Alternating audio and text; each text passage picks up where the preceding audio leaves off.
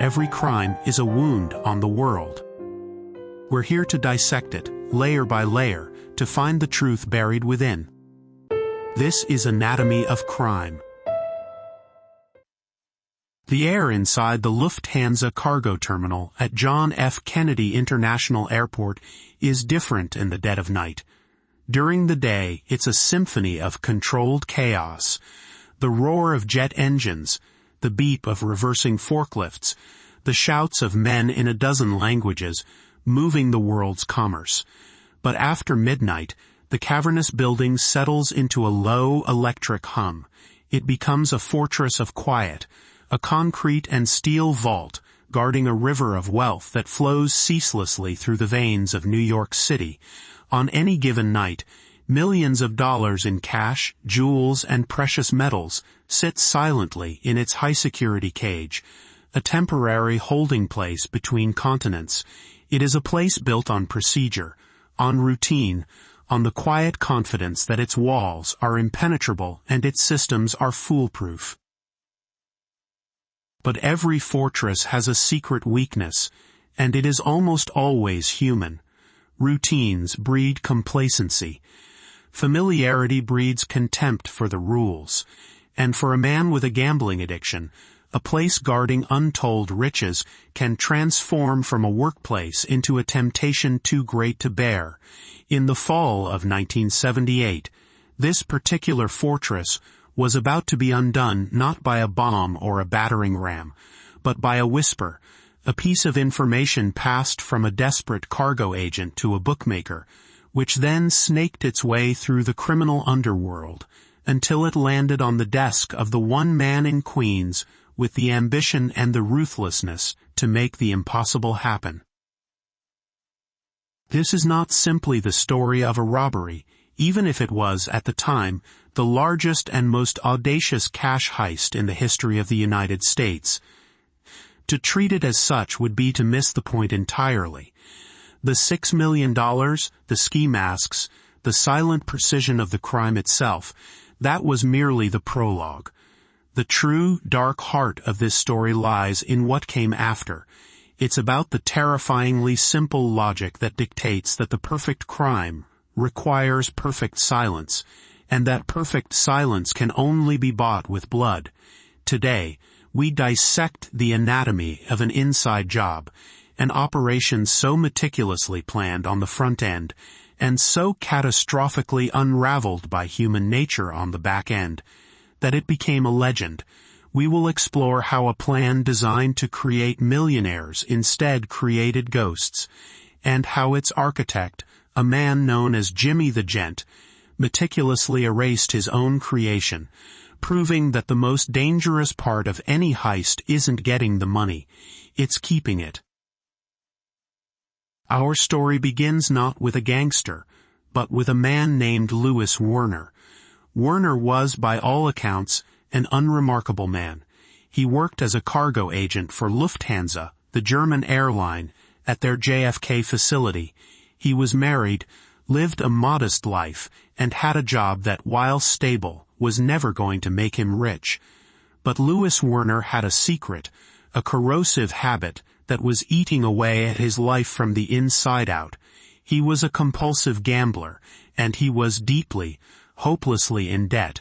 He owed his bookmaker, a man named Martin Krugman, over $20,000, a sum he had no conceivable way of repaying on his salary.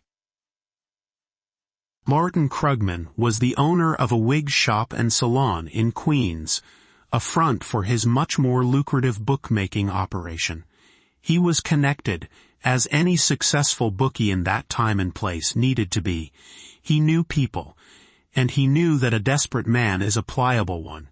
Werner, crushed by his debt, started talking. He told Krugman about the river of cash that flowed through his workplace.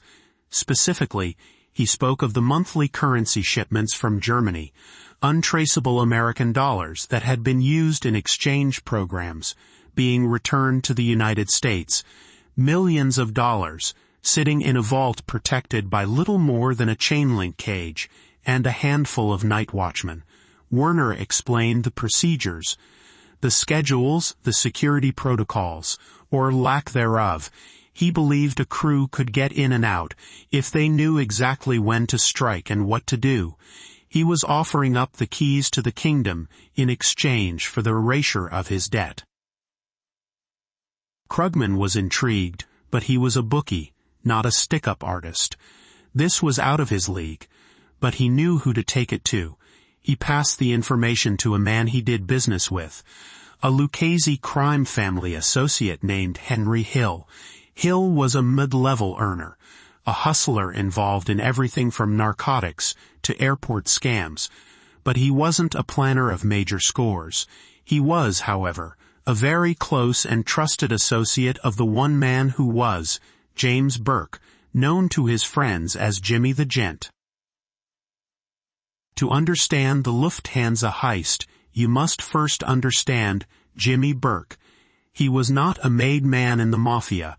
His Irish ancestry prevented him from ever being formally inducted. But in the world of New York organized crime, formal titles often mattered less than reputation, and Burke's reputation was immense. He was the undisputed king of hijacking and cargo theft at JFK Airport, a criminal enterprise he had cultivated for decades. He was charming, personable, and famously generous, earning the nickname Jimmy the Gent for his habit of tipping the drivers of the trucks he hijacked a $50 bill for their trouble. But beneath that charming exterior was a psychopath of terrifying intensity. He was a man who could smile at you while deciding how to kill you. His headquarters was a dingy corner bar in Queens called Robert's Lounge, a place that served as a clubhouse, an office, and on more than one occasion a graveyard for his enemies. When Henry Hill brought the Lufthansa tip to Jimmy Burke, Burke's eyes lit up. This wasn't just another truckload of cigarettes or liquor. This was the score of a lifetime, the kind of legendary heist that would echo for generations. It was audacious, complex, and required a level of planning and discipline that only he could provide. He immediately took control of the operation. He met with Krugman and Werner, squeezing every last drop of information out of the terrified cargo agent. Werner, with the help of a colleague named Peter Grunewald, provided everything: detailed maps of the cargo building, security shift schedules, the exact location of the vault, the names of the employees who would be on duty, and the specific protocol for opening the two-door vault system. He even told them about a side door, door 112, which had a simple padlock that could be easily cut, allowing a team to enter the massive building undetected. With this treasure trove of inside information, Burke began to assemble his crew. He didn't want made men or high-profile mafiosos who would bring heat from the top bosses and require a significant cut to be sent up the chain. He wanted his own guys, a trusted team of hijackers, thieves, and muscle, men who answered only to him. He chose carefully, picking men for their specific skills and, he thought, their loyalty. The core team included Tommy Two-Gun DeSimone, a notoriously violent and psychopathic Lucchese associate whose unpredictability was both an asset and a liability. There was Angelo Seep, a hardened thief and drug addict; Paolo Licastri, a Sicilian-born enforcer; Robert McMahon and Joe Buddha Manry, two experienced airport hustlers; and Louis Cafora, a man whose primary qualification seemed to be his insatiable greed. The final, and perhaps most critical piece of the puzzle, was a man named Parnell Stax Edwards. Stax was an African-American musician and a fringe associate of Burke's crew, often used for minor tasks. He wasn't a hardened gangster, but he had a specific, vital role to play. He was to be the driver of the getaway vehicle, a large Ford Econoline van. After the heist, his sole responsibility was to drive the van immediately to a car compactor in New Jersey, where it would be crushed into a block of anonymous metal, erasing a crucial piece of evidence forever. It was a simple job, a task that required no violence, no nerve, just a few hours of driving. It would prove to be the single greatest miscalculation in Jimmy Burke's meticulously crafted plan. For weeks the team planned.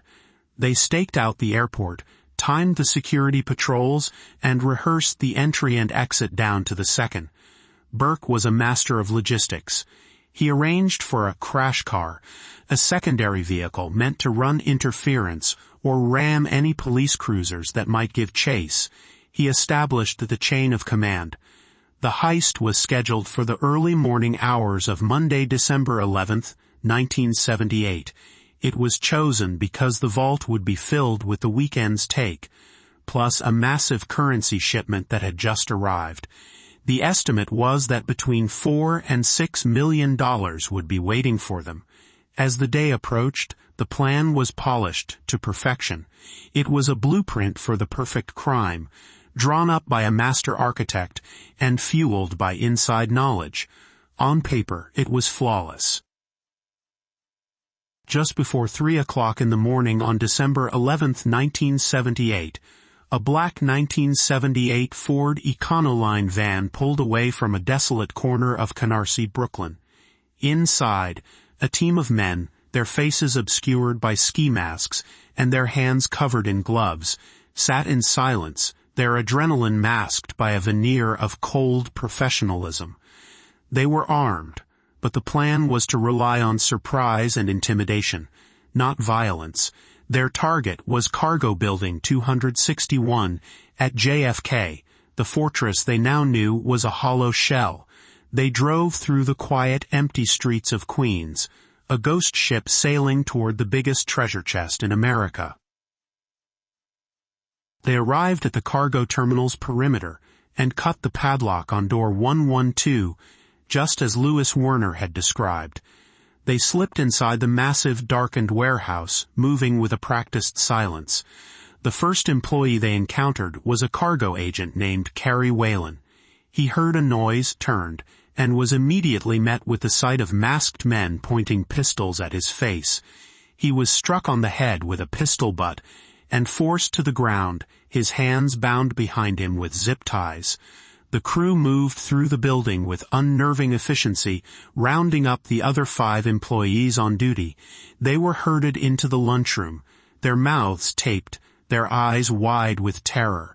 The robbers were calm, quiet, and methodical. They never raised their voices. They knew exactly where to go and what to do. One of the robbers located the shift supervisor, a man named Rudy Eyrich. He was the only person with the keys and codes necessary to open the high-security vault. Putting a gun to Eyrich's head, they escorted him to the vault area. The vault was a 10 by 20-foot room secured by a heavy steel door with a series of locks. It also had a secondary internal door. Following Werner's instructions, the robbers directed Eyrich through the precise sequence. He used his key, while they knew exactly which alarms to disable and which to ignore. The outer door swung open. They then forced Eyrich to open the inner gate, and there it was. It wasn't a neat stack of gold bars, like in a movie. It was far more mundane and far more valuable. There were canvas bags, cardboard boxes, and metal footlockers, all filled with cash. Bundles of American currency, stacked and shrink-wrapped, alongside trays of jewelry and foreign banknotes. The sheer volume was staggering. The crew worked quickly, forming a human chain to load the loot into the waiting Econoline van. They took everything they could carry, bags of cash, boxes of currency, trays of jewels. They knew what to look for, focusing on the untraceable American bills and ignoring bulkier, less valuable items. The entire operation, from the moment they entered the building to the moment they left, took precisely 64 minutes. At 4:21 a.m., the loaded van slipped back out into the pre-dawn darkness. The robbers left the terrified employees bound but unharmed, warning them not to call the police for at least 15 minutes or they would be killed. It was a hollow threat. The crew had no intention of ever returning. They drove to a prearranged spot a few miles from the airport, a garage in Canarsie. There, the loot was transferred from the work van into 2 other vehicles. Jimmy Burke was not on the heist itself. He was too high profile, but he was there to supervise the transfer. The money was his. The plan was his. The success was his. Parnell Stax Edwards pulled away in the now empty Ford Econoline. His job was simple. Drive directly to the Associated Auto Wreckers in Elizabeth, New Jersey, and see that the van, the single most important piece of physical evidence, was turned into a small cube of scrap metal. The rest of the crew dispersed, instructed by Burke to lay low, not to make any extravagant purchases, and to wait for their share of the score. As the sun began to rise over New York City, Jimmy Burke and his crew believed they had done it. They had pulled off the perfect crime. They were rich beyond their wildest dreams, and they had vanished without a trace. There were no witnesses who could identify them, no fingerprints, no clues left behind. All that was left was for Stax Edwards to crush the van. It was the final, simple step, and it was the one step that went disastrously, catastrophically wrong. The aftermath of the heist was a media firestorm. News of the audacious multi-million-dollar robbery at JFK captivated the public and stunned law enforcement. It was the stuff of Hollywood legend, a silent professional crew materializing out of the darkness and vanishing with a fortune. The initial investigation, led by a joint task force of the FBI and the NYPD, hit an immediate and formidable brick wall. The employees could offer no useful descriptions. The robbers had been masked and gloved, and their voices were muffled and nondescript. The crime scene was clean. There was no forensic evidence to speak of.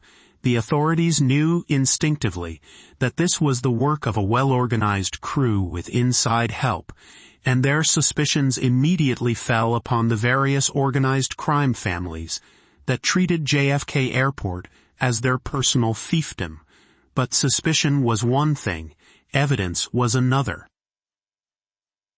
The investigation was a frustrating exercise in chasing shadows. The FBI began grilling every known cargo thief and hijacker associated with the airport, including Jimmy Burke and his crew. They all had alibis. They all expressed surprise and admiration for the job. They knew nothing. The wall of silence, the sacred mob code of Omerta, was firmly in place. The authorities were stymied. They had a historic crime with no leads, no witnesses, and no evidence. Their only hope was that someone would make a mistake, someone would talk, or someone would get greedy. They didn't have to wait long. The first mistake had already been made. Parnell Stax Edwards, the man entrusted with destroying the getaway van, did not drive to the scrapyard in New Jersey. Instead of following the one simple instruction he was given, Stax decided to celebrate. He drove the van to his girlfriend's apartment in Canarsie, parked it directly in front of a fire hydrant in a no-parking zone, and went inside to get high on cocaine and marijuana. He intended to deliver the van the next day. He never got the chance. 2 days after the heist, on December 13th, a beat cop on patrol noticed the illegally parked Ford Econoline. He ran the plates. They came back as stolen. The van was impounded. It was a routine tow, a minor infraction. But when the forensics team at the NYPD impound lot began to examine the vehicle, they found something. A muddy boot print on the floor matched the prints found at the Lufthansa terminal. Inside a compartment, they found a detailed architectural drawing of the cargo building. The police had found the getaway van. It was the first major break in the case, and it was a direct result of the stunning incompetence of Stax Edwards. The discovery of the van sent a shockwave of pure panic through Jimmy Burke's crew. Their anonymity was gone. The van was a tangible link, a thread that forensic experts could pull on. Burke was beyond furious. He was a man who valued precision and discipline above all else, and Stacks's lazy, drug-fueled blunder had jeopardized the entire operation. More than that, it had endangered him personally. Stacks knew who was on the crew. He knew Burke was the mastermind. He was a weak link, a liability that could not be tolerated. The decision was immediate and ruthless. Stacks Edwards had to go. About a week after the heist, on December 18th, Tommy DeSimone and Angelo Seep paid a visit to Stacks at his apartment. He was told it was time to collect his share of the money. He led them in. They shot him 6 times in the head and chest with a silenced pistol. Parnell Stacks Edwards, the first weak link, was the first to be eliminated. His murder marked a pivotal turning point in the Lufthansa saga. The crime was no longer just about the money. It had entered a new, much darker phase. Jimmy Burke, consumed by a cold, calculating paranoia, had decided that the only way to protect the score was to eliminate every single person who could ever testify about it. The great Lufthansa heist was about to be washed clean with blood. The murder of Stacks Edwards was just the beginning of Jimmy Burke's terrifyingly logical house cleaning. With the FBI breathing down his neck and the getaway van in their possession, Burke became obsessed with cutting every loose thread that could unravel his masterpiece. His paranoia was amplified by the behavior of his own crew. He had given them a simple directive: lay low, act normal, and do not spend the money. It was a rule born of years of criminal experience. Sudden, lavish spending by low-level hoods after a major unsolved score was a giant flashing red light for law enforcement. But the lure of millions of dollars in cash proved too much for the crew's limited self-control. Louis Kafora, another member of the heist team, was one of the first to break ranks. Just days after the robbery, he and his wife, Joanna, showed up at their favorite bar, flaunting a new powder-pink Cadillac Fleetwood. He bragged to anyone who would listen that he'd just come into a lot of money. He bought his wife a ridiculously expensive mink coat. This ostentatious display was not just foolish, it was a death sentence. Burke heard about the Cadillac almost immediately. To him, it was an act of profound betrayal and stupidity, a direct invitation for the FBI to connect the dots. The Kaforas had to disappear. Shortly after Christmas 1978, just a few weeks after the heist, Louis and Joanna Kafora vanished. Their bodies have never been found. The pink Cadillac was later discovered, but its owners were gone forever. Next on Burke's list was Martin Krugman, the bookie who had brought him the score in the first place. Krugman was becoming a problem. He had been promised a significant share, $500,000, for his role as the middleman.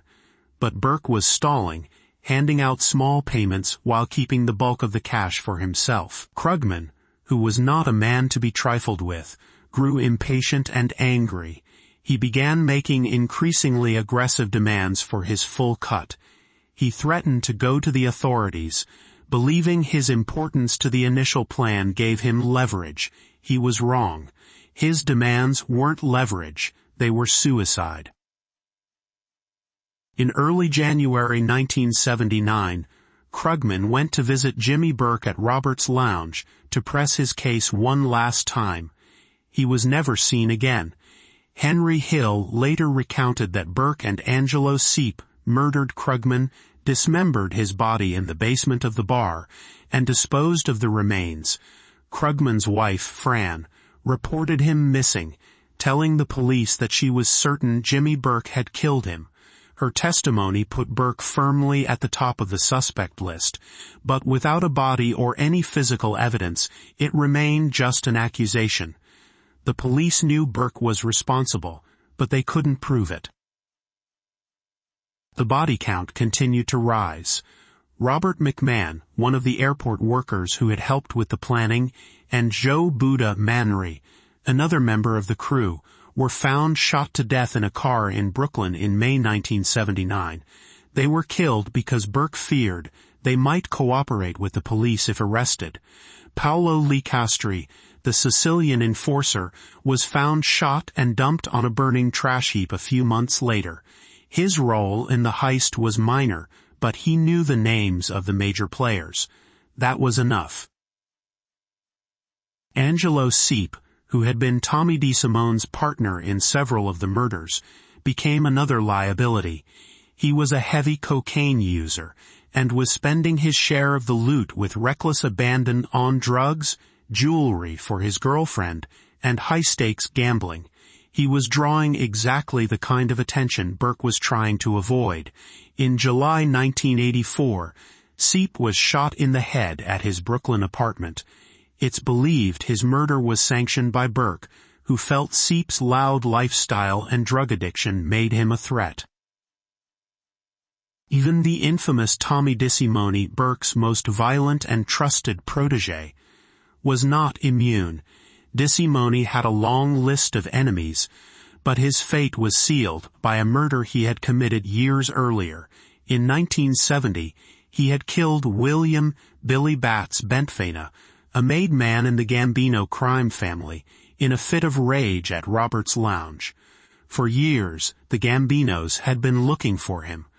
Paul Vario, the Lucchese capo to whom DeSimone answered, had protected him.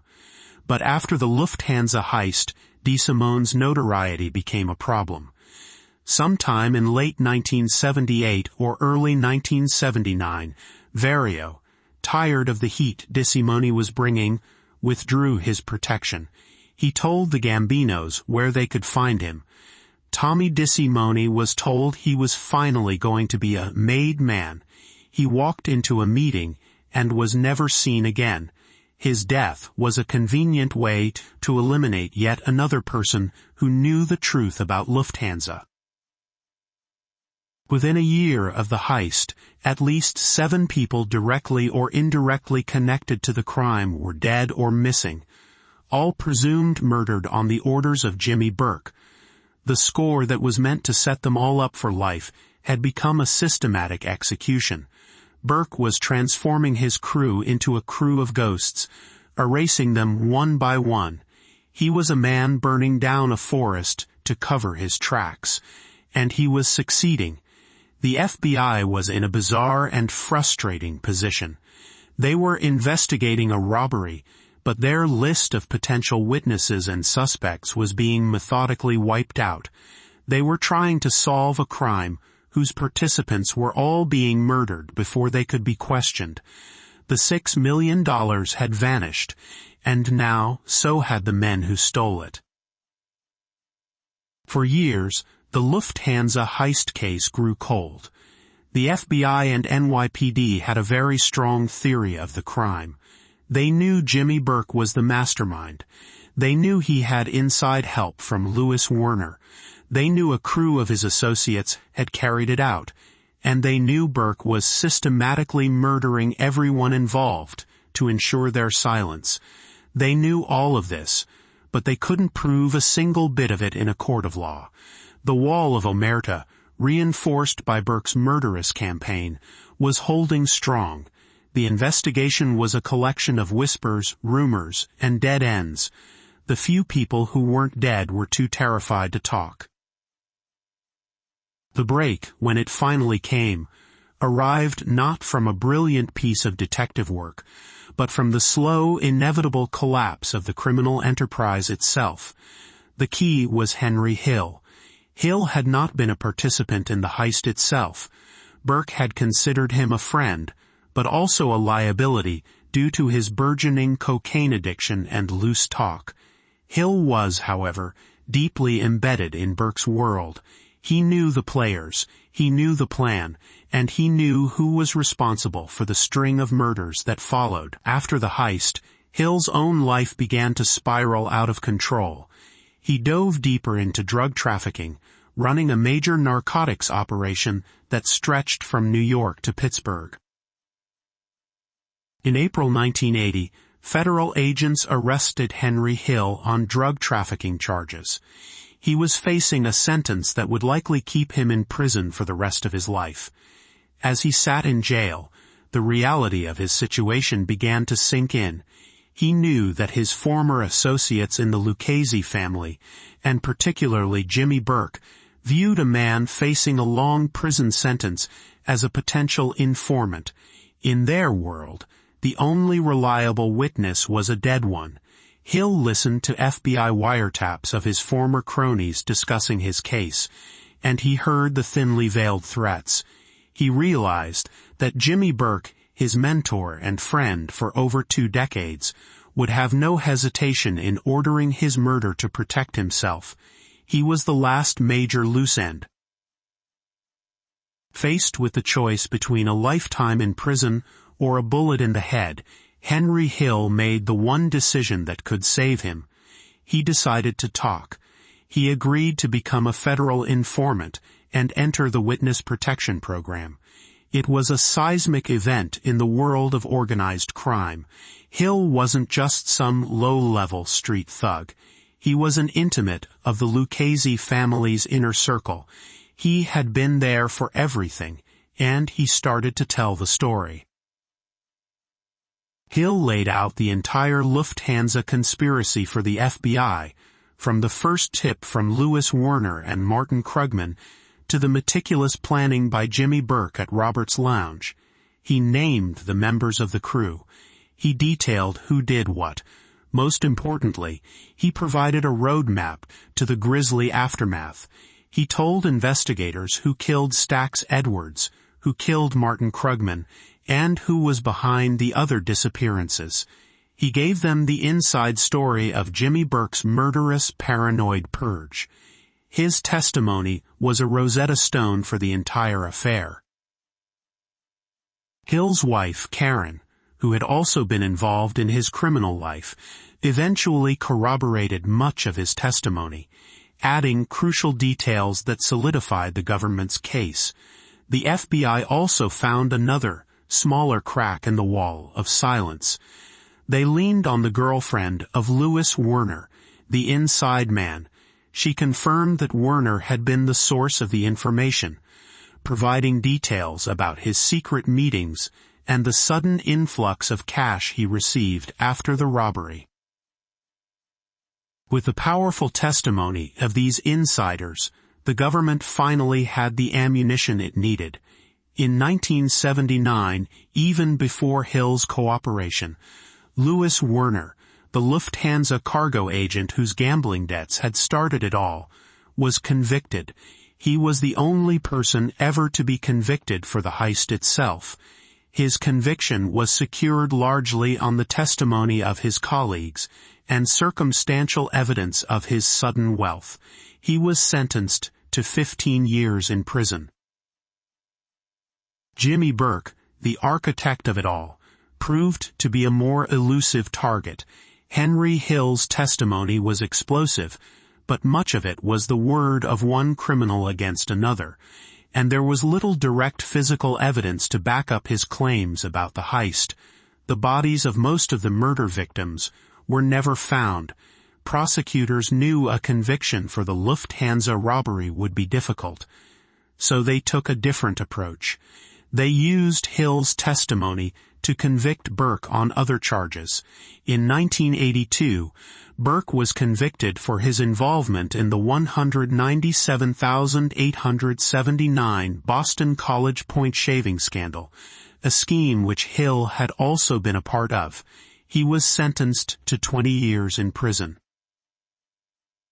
Then, while serving that sentence, prosecutors finally managed to pin one of the post-Lufthansa murders on him. Using Hill's detailed account, they charged Burke with the murder of a low-level drug dealer and conman named Richard Eaton. Hill testified that Burke had killed Eaton because he feared Eaton would implicate him in a cocaine trafficking scheme. In 1985, Jimmy Burke was convicted of murder and sentenced to life in prison. He would never be a free man again. Jimmy the Gent, the mastermind of the greatest cash robbery in American history, was never formally tried or convicted for that crime, but he was imprisoned by its consequences, locked away for a different murder that was born of the same paranoid violence that drove him to kill his own crew. He died of lung cancer in prison in 1996, taking the secrets of the remaining murders and the location of the missing money to his grave. The ultimate fate of the Lufthansa loot remains one of the great mysteries in all of true crime. Of the nearly $6 million stolen, a sum equivalent to over $25 million today, almost none of it was ever recovered. A small bundle of cash, around $2,500, was found in the possession of one of the minor players, but the rest vanished. It was likely laundered through mob-controlled businesses, gambled away, spent on drugs and luxury goods, or buried in coffee cans in the backyards of Queens. The vast majority was likely kept by Jimmy Burke himself, a treasure he could never truly enjoy, as the need to protect it consumed his life and cost him his freedom. The score of a lifetime became a curse, a pot of gold that poisoned everyone who touched it. The Lufthansa heist stands as a masterclass in the anatomy of an inside job. Its brilliance lay not in brute force, but in the exploitation of human weakness. The entire complex security apparatus of a major international airport was defeated by one man's gambling addiction and another's greed. Louis Werner provided the blueprint, the key that unlocked the fortress from within. Jimmy Burke, in turn, orchestrated the plan with the precision of a military general, leveraging that insider knowledge to execute a robbery that was, in its mechanics, virtually flawless. For 64 minutes on a cold December morning, his plan worked to perfection. But the true anatomy of this case is a study in two conflicting parts.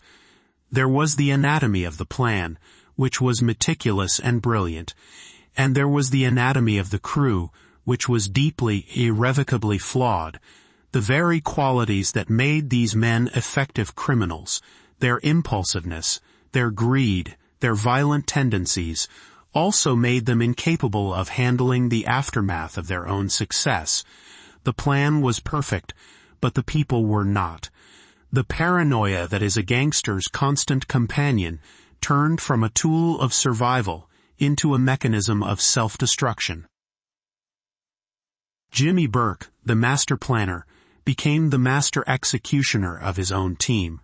He built a perfect machine, and when it started to sputter and make noise, his only solution was to take it apart, piece by bloody piece, until nothing was left but silence. The heist was not ultimately undone by the FBI or a stroke of bad luck. It collapsed from the inside out, consumed by the very human failings of the men who pulled it off. The story is a chilling reminder that a conspiracy is only as strong as its weakest, greediest, or most frightened member. The pressure of holding such a massive, dangerous secret proved too great, and the bonds of loyalty, already thin in their world, dissolved completely in the face of paranoia and self-preservation. The money was never the most valuable thing they stole that night. The true prize was the secret, and the burden of keeping it proved far too heavy. In the end, the ghost score, as it became known, left behind a trail of actual ghosts, men erased by their own leader in a desperate, futile attempt to protect a fortune that brought nothing but death.